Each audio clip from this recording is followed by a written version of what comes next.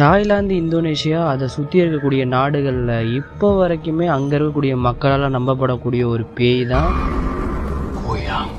இந்த பேய். சாதாரணமாக பகல் நேரத்தில் ஒரு பெண்மணி மாதிரி தான் மக்களாக சுற்றிக்கிட்டு இருக்கும். ஆனால் அதுவே இரவு நேரம் வந்தால் அப்படியே தலைகீழாக அது வேற மாதிரியான ஒரு தோற்றத்தில் காணப்படும். இது அங்கே இருக்கக்கூடிய மக்களால் எப்படி வர்ணிக்கப்படுதுன்னு பார்த்தீங்கன்னா, அந்த பேயோட தலை மட்டும் பறந்துகிட்டு இருக்கும், அந்த தலைக்கு கீழே மனிதர்களோட உடல் உறுப்புகள் தொங்கிக்கிட்டு இருக்கும்னு. அதாவது அந்த பேயோட குடல், கல்லீரல், பிற உறுப்புகள்லாம். இந்த பேய் இரவு நேரத்தில் ரொம்பவே உக்கிரமாக இருக்கும். அதோட இது தாக்குறதே பெண்களையும் குழந்தைகளையும் தான், அதுலயும் குறிப்பா கர்ப்பிணி பெண்களை. இதனாலேயே இந்தோனேஷியாவை சுத்தி இருக்கக்கூடிய பல நாடுகள்ல இந்த பேயை பத்தின பயம் ரொம்பவே அதிகமா இருக்கு.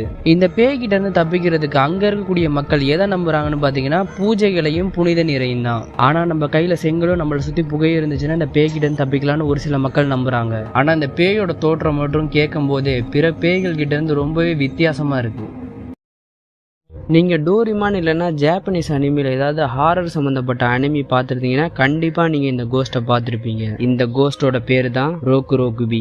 இந்த ரோக்குரோகுபி பேய்னா என்னன்னு பார்த்தீங்கன்னா, இரவு நேரத்தில் மட்டும் ஒரு பெண்ணோட கழுத்து ரொம்பவே நீளமாக ஆகி சுற்றி அக்கம் பக்கத்தில் இருக்கவங்களெல்லாம் தூங்க விடாமல் ரொம்பவே தொந்தரவு பண்ணும். இந்த ரோக்குரோகுபியை சார்ந்த பேய்கள் எப்படி இருக்கும்னு பார்த்தீங்கன்னா, பகல் நேரத்தில் ரொம்பவே சாதாரணமாக மக்களாக தான் இருக்கும். இரவு நேரத்தில் தான் இதோட உண்மையான தோற்றத்தை அது வெளிப்படுத்தும். அதுவும் இது இருக்கக்கூடிய ஓஸ்ட் தூங்கக்கூடிய நிலையில தான். ரோக்குரோபியா மாறிய பெண்கள் இரவு நேரத்துல தூங்கும் போது அவங்களோட கழுத்து ரொம்பவே நீளமாகும். அவங்களோட நீளமான கழுத்தும் அந்த தலையும் அவங்களோட அக்கம் பக்கத்துல இருக்கிறவங்கள தூங்க விடாம ரொம்பவே தொந்தரவு பண்ணும். அதோட அவங்க தனியா இருந்தாங்கன்னா அவங்கள ரொம்பவே அது பயமுறுத்தும். ஒரு சில ஜப்பான் கதைகள்ல அது பயமுறுத்துறதோட விட்டுருன்னு, ஆனா சில கதைகள்ல அது ரத்தமும் குடிக்கும்னு சொல்றாங்க.